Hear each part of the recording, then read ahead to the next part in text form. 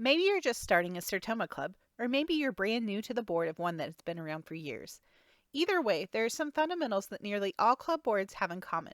From effective leadership to board responsibilities to structuring, this training will cover your board basics.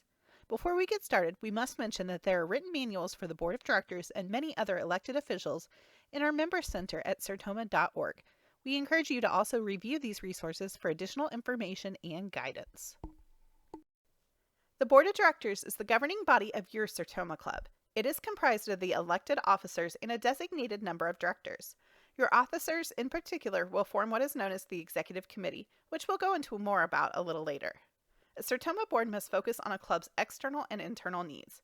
Externally, the board will oversee how the club serves its community with fundraising and sponsorship projects. Internally, the board's responsibilities will center upon its more fiduciary aspects such as governance, budgeting, and fostering the club's history.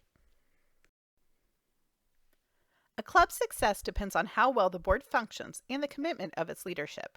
The board is there to guide the club through group thinking, which relies on the opinions of all board members to be truly effective. Your best board members will be opinionated, meaning that they have clear opinions that are stated at an appropriate time, considerate of all board members' thoughts, open to compromise when their personal opinion does not agree with the majority, and productive. They will help keep board discussions moving and on topic. The responsibilities of your board are numerous, but you will find that they tend to focus on two key areas: club policy and club operations. The board is chiefly responsible for setting and maintaining club policy. This is going to be things like your bylaws, policies, procedures, and anything else related to governance. And then we have the club operations side. This covers everything related to the business of your club. While we cover board meetings more extensively in other trainings, there is one thing on this topic that we want to note here.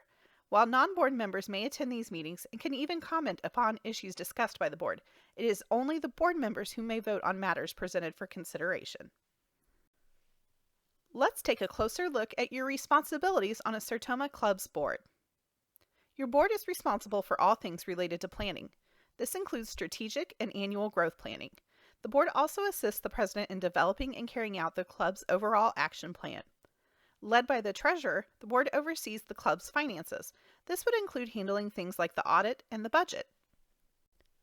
Boards also have a membership responsibility. They consider the eligibility of proposed members, develop member programs, foster engagement, and encourage member involvement. Of course, you have your governance obligations.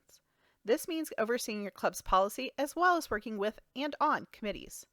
And finally, there are the accountability responsibilities. The board must proactively handle all club issues. They also counsel the president when needed, making sure to never compromise fiduciary responsibilities. Moving on to structure. Your board's inner circle of leadership will be the executive committee. While each club structure may differ a little, your EC will likely be comprised of your club's officers. This can include your president, president-elect, board chair, secretary, treasurer, any vice presidents, and the sergeant-at-arms. The exact makeup should be outlined in your club's bylaws. The executive committee must work together in harmony and as a unified team. Committee members should meet regularly and at the call of the president. Generally, they will discuss and manage any urgent matters that surface between regular board meetings. The executive committee must be especially vigilant in its fiduciary and fiscal responsibilities as well as any personnel issues.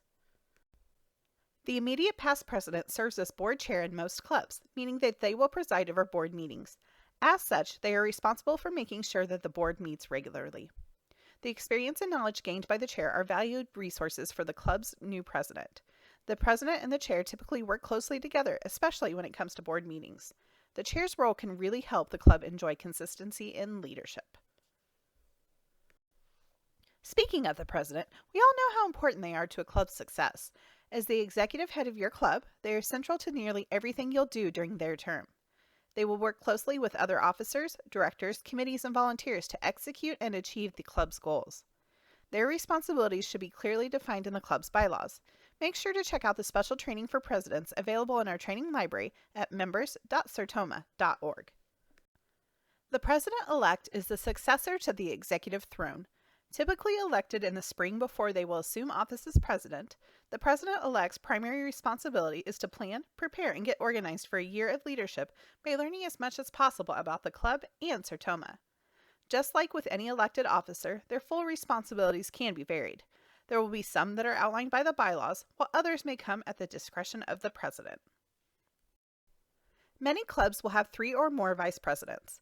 They serve as assistants to the president in the administration of club affairs. Traditionally, each vice president is chair of one of the club's 3 major committees: programs, sponsorships, and membership.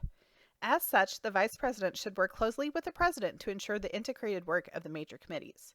You can learn more about these previous offices in Sertoma's President, President-elect, and Vice President Manual, which is available on the Club Resources page of the Member Center at sertoma.org. The Secretary and Treasurer also hold very important roles in your club. Your Secretary is the administrative head, while the Treasurer acts as sort of a Chief Financial Officer. We won't go into these in full here, as there are manuals and trainings for each position available through the Club Resources section of the Sertoma Member Center. And finally, we have the Sergeant at Arms. It is their responsibility to tactfully and diplomatically preserve order and decorum at meetings while promoting a friendly atmosphere. More specifically, this position is in charge of properly greeting, introducing, and recognizing special visitors, guests, and dignitaries at club meetings. He or she is also the holder of club property and name badges. The Sergeant at Arms makes sure that parliamentary procedure is followed at all times, especially during board meetings. Sertoma has provided a manual and training on this topic to help with these important duties. Please note, if a club does not have a Sergeant at Arms, these responsibilities are often administered by the club's secretary.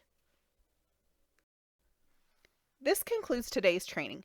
As mentioned many times throughout the presentation, we have several manuals and trainings related to this important topic available in our Member Center at members.sertoma.org. You can also find additional guidance from staff and fellow members by visiting our Members Corner on Facebook at the link on your screen.